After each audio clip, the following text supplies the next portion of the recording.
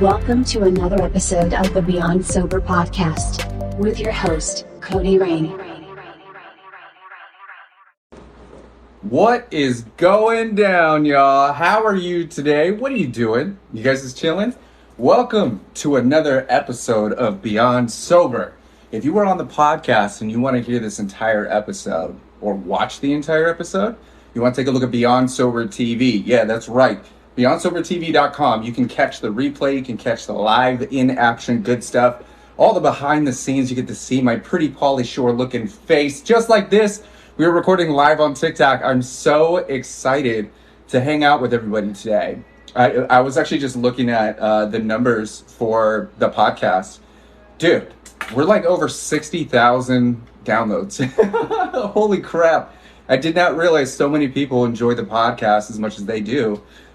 If you haven't heard the podcast, which is the audio from this, BeyondSoberPodcast.com. Paulina, what's up, girl? So good to see you. I've been trying to go live for like a while. I've been trying to record this for days. And I just got back from the gym. And there's so many videos and so many topics and so many questions and so many emails that have influenced me this week. I figured that I would just make this episode super epic and answer as many questions as I possibly can and do some explanations about some of the videos that I put out here recently. Remember, Beyond Sober exists because you exist. We've got so many things happening, and I'm just so incredibly excited for what's unleashing, right? We've been speaking to some amazing people. There are people jumping into the program every single day. If you haven't taken a look at it, it's beyondsober.org, or you can take a look at the link in my bio if we haven't connected already.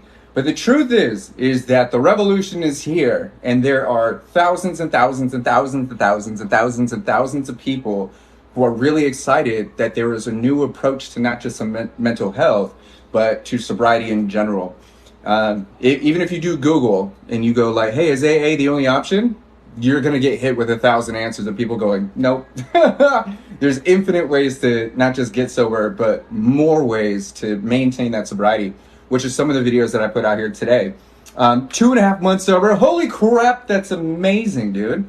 So let's talk about that. 2.5 months. Are you under the illusion that 3 months is going to change something? Like you're going to be more sober? Technically, you've just been sober longer. So one of the phrases, and I actually said this today in a video, is we don't need to be counting the days unless we're making those days count. If we're making those days count, then we are continuing to rack up success. And those are real numbers that we could be excited about. And as we step into that place of excitement going, dude, I'm really doing great things with my sobriety, not just not drinking, then we take pride in those days. Your greatest accomplishment isn't going to be just not drinking. One of your greatest accomplishments is going to be the execution of giving yourself permission to find out who you've become accidentally. So that's the reality. So just not drinking is putting you in a position to thoroughly examine where you are. Most of us that are struggling love you. Most of us that are struggling don't really aren't too excited about where we are because the version of us that we've had to be for so long has made so many decisions on our behalf that have put us in a position to second guess like where we are. Like where the heck, where am I? Where am I, dude? Like, how did I get here? And unfortunately, when we look back, we go like, dude, everything is different, but nothing has changed here. That's the interesting part about retrospect. And then we look at those decisions, and then this is where our guilt and our shame and all that stuff come back in. And I was just talking to my boy yesterday about it. He didn't realize that he needed to hear what I was going to say to him. I didn't know what I was going to say. In the same way, I have no idea what I'm going to say here. Like, I just say a bunch of stuff. I just spit off the dome, and hopefully it sits well with y'all. You're doing great things with sobriety. Got me oh, dude, that's amazing. My son flatlined 12 minutes, got sober, 17 months, but fell off, back on now in the days. Yeah, that's the roller coaster. So the trip with this is, even in that circumstance where he fell off and he jumped back on, we look back and we go like, I can't believe I did that. I can't believe that happened. What's up, Ben Smith? can't believe I would even allow that to happen in my life. And we sit in this space of guilt and shame, and then we relive that emotion. Your body thinks that is actually happening. Like your brain doesn't know the difference. So it's sitting there and it's going, we're going through the thing again, right? We're doing it again. Oh, this is what do we do when we think of that thing? How do we feel when we think of that memory? Oh, we do this, we feel this. And so it disrupts your nervous system. And then that's where your anxiety kicks in. Becky, what's up? Your anxiety kicks in, and then you're like, oh, wait, I remember how to solve that. I usually drink. When we're utilizing alcohol we're going to say appropriately or in a non-malicious way, then alcohol is going to calm your nervous system. It's a depressant. It's meant to actually depress your anxiety in these things as a tool. But when we do that too much, it also amplifies the thing we're depressing, our anxiety, while numbing it at the same time. This is where we go, well, the only thing I know how to do is drink, but the only thing that happens when I drink is anxiety, but I don't like my anxiety because I drink. And then we're stuck in this loop, which sucks. This is all full circling back to my friend who has been sober for 6 years. He was an alcoholic for 10 years, and then he found his way out without Beyond Sober. He found his way out, and meeting him for the first time, he is the literal definition of Beyond Sober. He not only broke his physical addiction, he broke up with alcohol, his best friend. He went through the mourning process, went through the grieving process, found his own way, and then found himself in this position where he wants to help people and support people from addict to mystic. Yeah. And so from that space, he's like, but I'm not doing anything. I'm like, he's super successful, incredibly successful, happy, family, kids, the whole thing.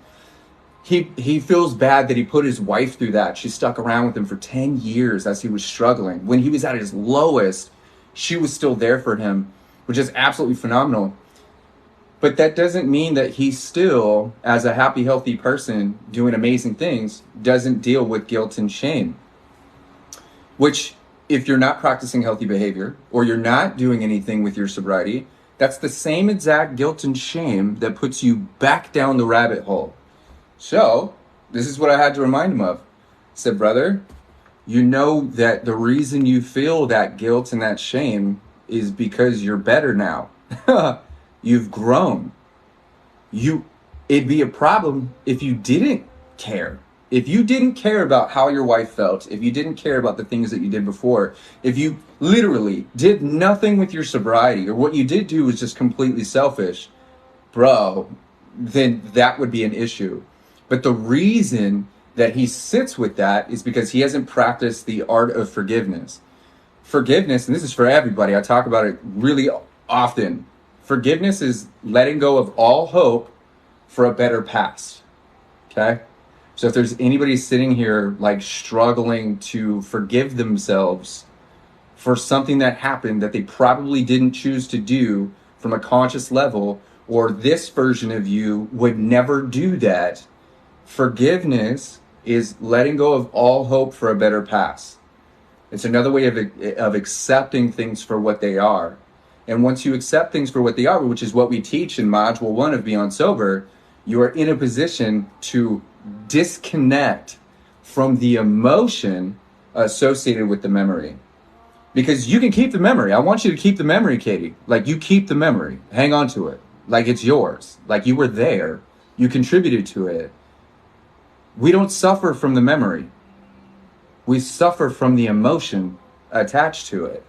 So when we accept things for what they are, and we stop punishing ourselves because we wish they were different, we give ourselves permission to detach the emotion from the memory, right?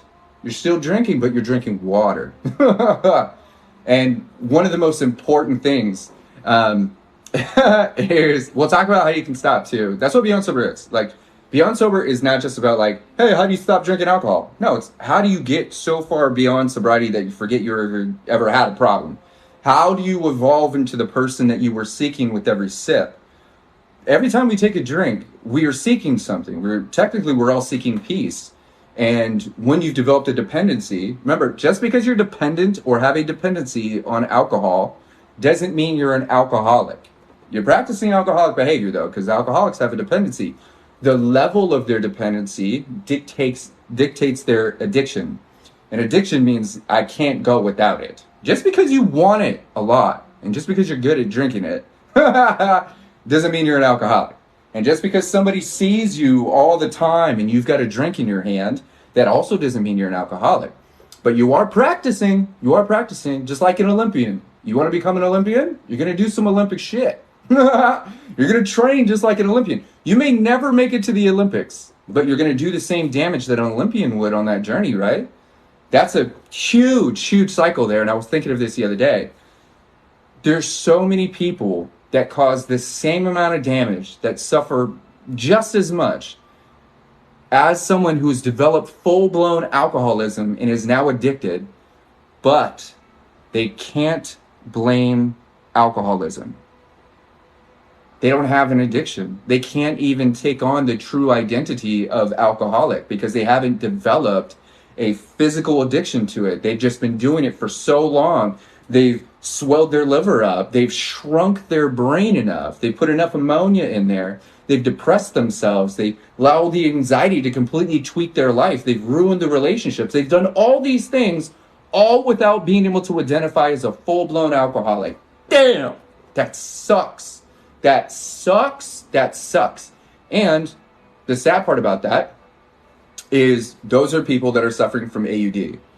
A type of dependency. Your level of dependency varies, of course, but 76 million people at this moment are in that space.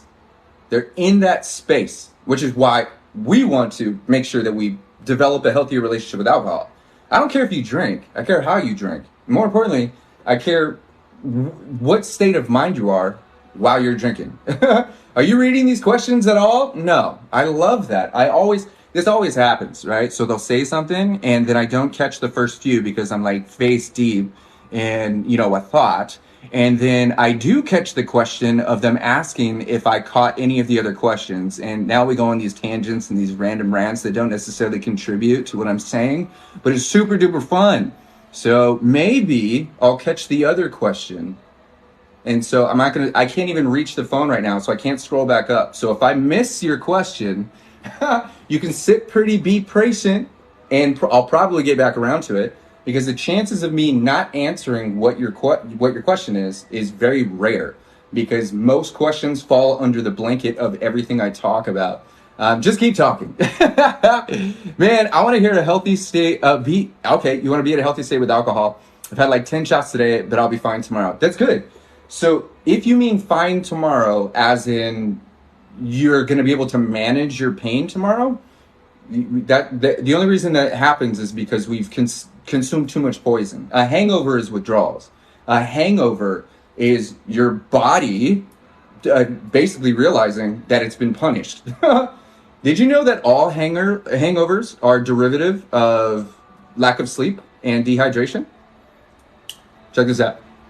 So if you party at night, if you drink at night, you're not getting real sleep. You're getting light sleep. You know that space that have you ever fallen asleep on the couch? Sober 5 months? Yeah! You ever fallen asleep on the couch? It almost happened to me today. That's why I went to the gym, is because I was falling asleep. When you're like, I'm just about to fall asleep and you're right there, that space just falling asleep, that's like light sleep, just getting into it. When you drink or you use alcohol as a relaxant to go to sleep, that's the space your body gets into. Your mind doesn't fully relax and all those chemicals don't release the way they're supposed to. So you may be passed out, but you're not asleep. That's the craziest part. That's why a hangover, that's why you're dizzy. That's why you're nauseous. That's why you're like, dude, like what's happening? Almost in a dream state, that brain fog, all that stuff. That's why you're just so exhausted. And then your brain is actually going to try and wake you up because it's dehydrated. So you might wake up like 2 or 3 times, or your mind may attempt to wake you up while you're passed out so you can go get some water or hit the bathroom. But if you've had too much, you're just going to stay in that state. You're going to stay in that state of light sleep. So you're never going to feel rested. That sleep is where all of our healing happens. What's up, Tita? All of our healing happens in our sleep, man. Your brain is giving itself a bath, man, straight up. It's just flushing chemicals into your mind, and it's preparing, right? Sending signals. It is doing like all the damage, everything. That's the point of sleep, right? Your body needs it, your mind needs it. So tomorrow, yeah, you may have 10 shots today, but you won't be sober until, what day is it? Tuesday, Wednesday, Thursday, Friday, Saturday. But if you drink, because it takes 4 days for alcohol to get 100% out of your system. So 10 shots today is inebriated for the next 4 days. This is another reason why so many people flip out and stress themselves out and overthink withdrawal symptoms in their relationships and their circumstances and all these things, even though they're not drinking. Dude, it's still in your bloodstream. There's liquor still in your bloodstream. We also look at this concept and go like, oh, I'm just trying to get the alcohol out of my system. What's the fastest way to flush the alcohol out? Dude, it's in your brain. It's not just sitting in your belly. It's not just, we don't think of it like that. It is a part of you temporarily. Just like urine. It comes from your blood. It's extracted from your blood. And then it goes to the bladder, right? And then it sits there until you're ready to let it go. That's the same with alcohol. That's what a blood alcohol level is. So you have 10 shots. You may only feel the effects as if it was 1 or 2 shots, but that's not because you're good at drinking alcohol. That's because your body has lost the physical ability to process alcohol, a toxin, a poison, efficiently. You know what the point of the liver is? It's to flush toxins. It's the entire point of the liver is to look at toxins and poisons and things that aren't supposed to be in your body. And it is supposed to do the filter. Everything goes through your liver. It filters it all out. And then it sends it where it needs to go. And then we excrete that in one way or another.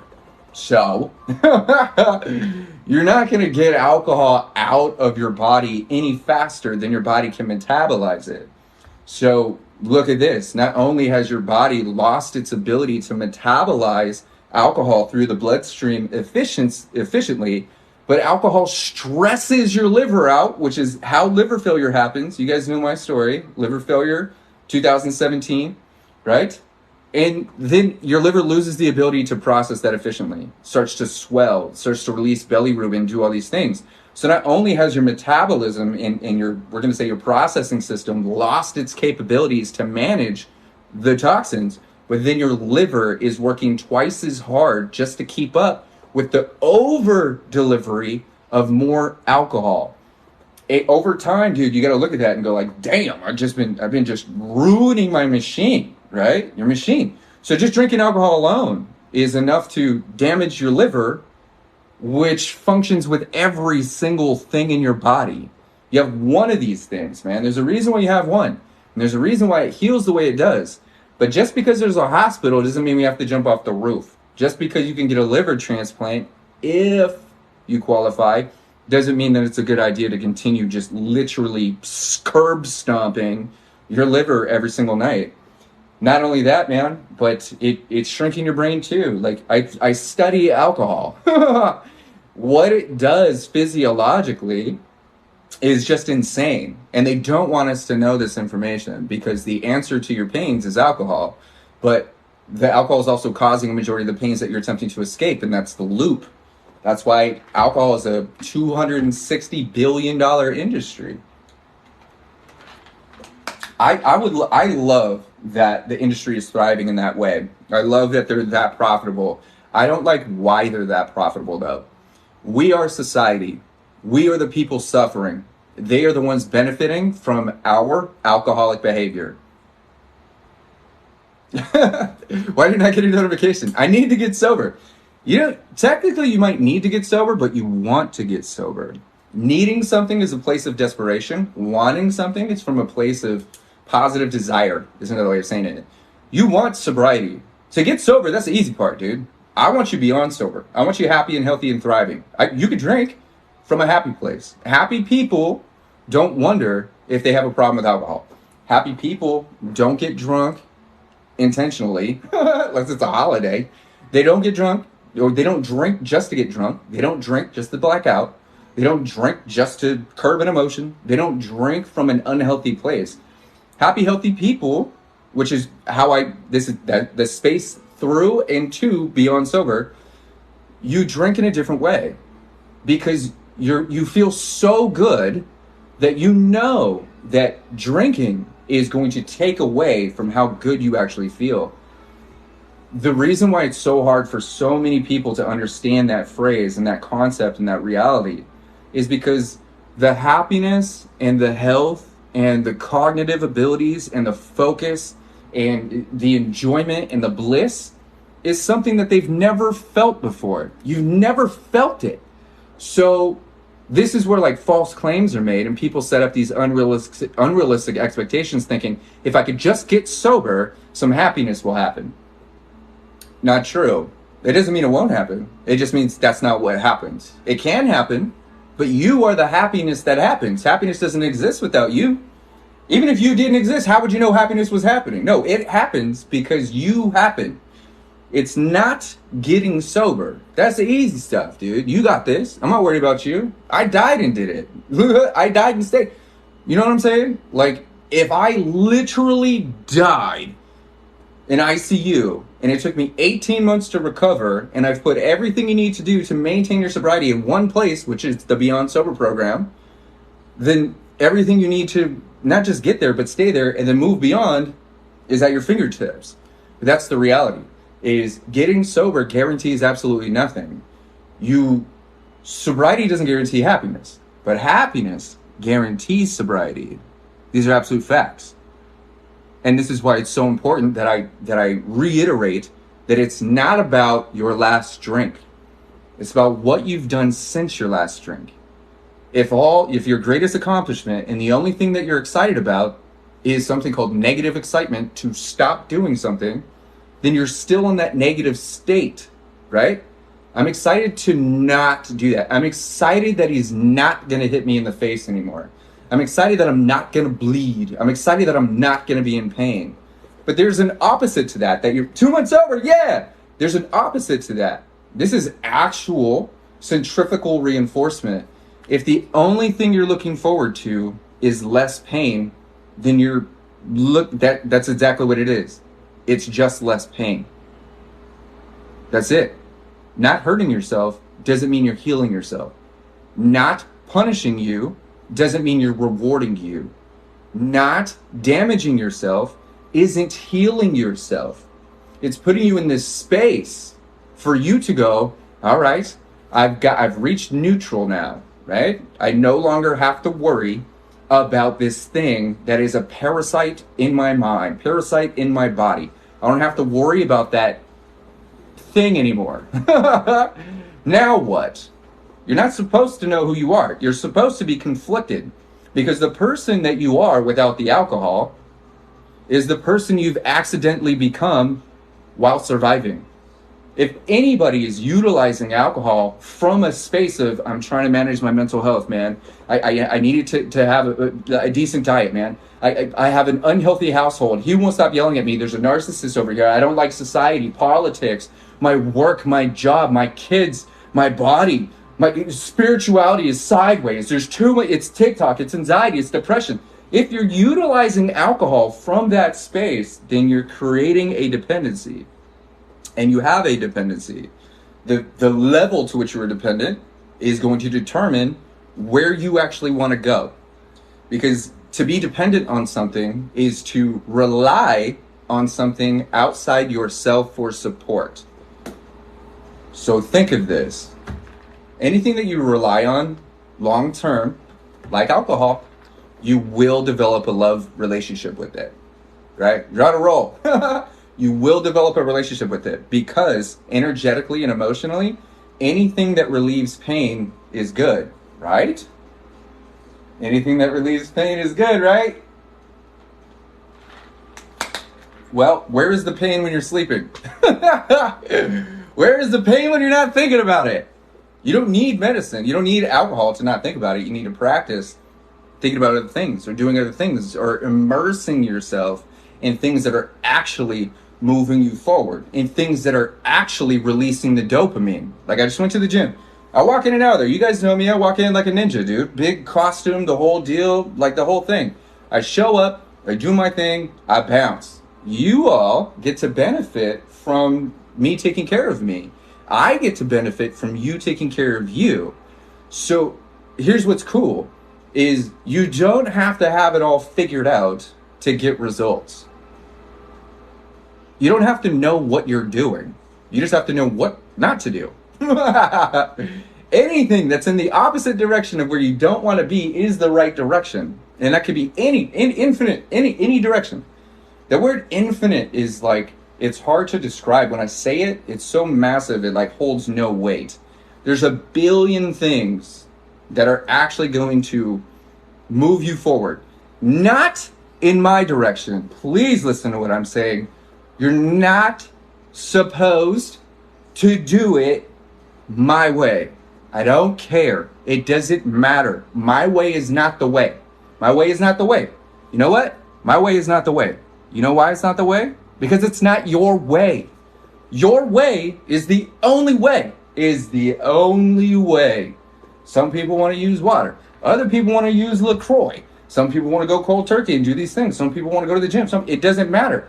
There is no set of circumstances and a regimen that you must follow. Otherwise, you're going to suffer for eternity. You're going to be forever broken. You're never going to figure it out. You're never going to get the results unless you do this. What are you talking about? This isn't military, dude. You're an organic, symbiotic human with anything possible, dude. You are a leader. As a matter of fact, if you've been struggling, then you've been actively developing all of the discipline you'll ever need to transmute that suffering into success. There's so many people that will not find themselves in a place of success or happiness because they haven't struggled the way that you have. They don't have a reference. And if they do have a reference, they think it's as good as it gets. So they stay there and just continue managing their symptoms. You're rambling. You're right. This is what cognitive thought looks like. This is actually, I encourage everybody to ramble because you don't know what's actually in your mind until you spit it out of your face. Once it's out of your face, it's into the ether. Once it's into the ether, it can be interpreted in whichever way. So I may be rambling to you, but I am speaking to the core of many people who enjoy that rambling and see it as truth, as validation, as honesty, as authenticity. This is the most amazing part about perception. Your whole world changes when your perception does. Your world changes when you do. So if you continue finding reasons why it sounds like I'm rambling, it sounds like you're having trouble keeping up with what I'm saying. That's the absolute truth of the matter. A ramble still has dimension. A ramble still has cognitive thought, injection, and energy associated with it. It's not even about the ramble. It's about where that ramble is coming from. You could be sitting on the toilet and unlock the secrets to the universe because you forgot your phone. You rambled your way into the secret of the universe by reading the contents of a shampoo bottle. Ramble on, dude. Robert, you need help, dude? We're here for you, bro. So check this out, man. If you're on the podcast right now and you want to watch this entire episode, you can go to beyondsobertv.com. Watch this entire thing. Watch the replays. This specific episode is recorded live on TikTok, which I absolutely adore. My family's here. My friends and everybody that I love the most is hanging out. But if you're on the podcast and you want to watch this entire episode in its literal entirety, you can go to beyondsobertv.com. Come connect with us. Look for episode 78.